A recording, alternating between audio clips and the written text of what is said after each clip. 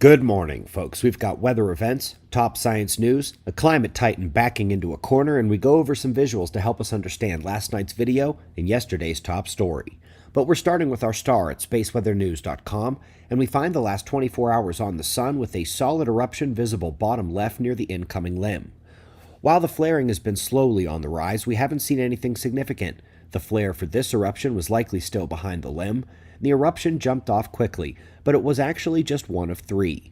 It began early yesterday as a stealth CME lifted off near the equator, and in the wake of its coronal disruption, a filament shot off the north, also behind the limb, and then the southern eruption, which is quite large as you can see. These areas are turning in to face Earth this weekend and into next week. The eruption this morning, by the way, is aimed at Venus. Of course, we are awaiting the impact of this coronal hole stream as well, and monitoring the plasma filament dancing in behind it. Let's go to GOES 16 and a gorgeous shot of mid-level water vapor return and the lightning overlay. That's Henri out in the Atlantic, and it's heading north for impact towards New England. Will be important to watch the progress over the weekend. Interesting story about Comet Atlas. It appears to have the same path as the great 1844 comet, and with parts of it surviving much longer than others, they know the original comet was partially strong and partially weak, hinting that it's a survivor from the last pass. Folks, I recently made commentary about the importance of using multiple bands to view the heavens. Some radio bands will show a faint ring of material and not the burning star in the center. Sometimes to see the big picture, you have to combine a number of wavelengths. This article from NRAO is a good explanation for why this is the case, with some excellent examples as well. Super cool simulation out too on the Magellan Extreme and its tail after impact with the Milky Way galaxy's circumgalactic medium. Easter egg top observers. Plasma instabilities around the outside come in the interchange form, which we saw earlier this week, a bit of the Kelvin-Helmholtz instability as well, after the initial Raleigh-Taylor instabilities of the expansion near the shock wave. Nice to see all those coming back to say hello.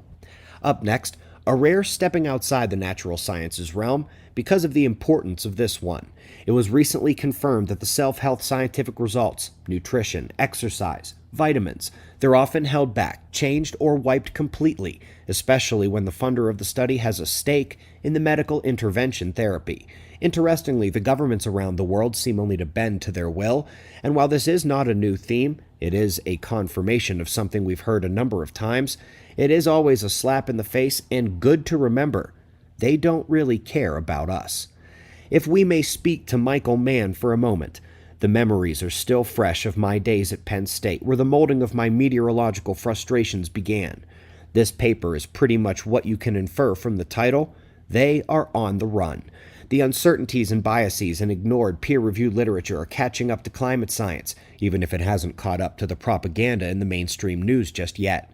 And as we like to remind everyone, pollution is still bad, and so the premise of environmental action is somewhat legitimate here.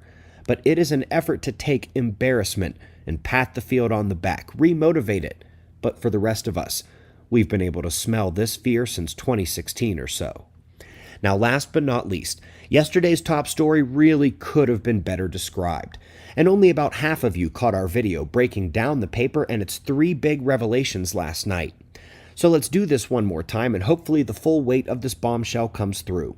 The thermosphere temperatures are pretty much entirely controlled by the sun and geomagnetic conditions. The CO2 that was supposed to be cooling up there is not. No signal is seen, but we know the CO2 is in fact up there. So the first revelation is the solar control, where they figured it was CO2 in atmospheric chemistry. Incorrect. The second revelation comes when you apply this to the polar summer mesospheric echo changes of late.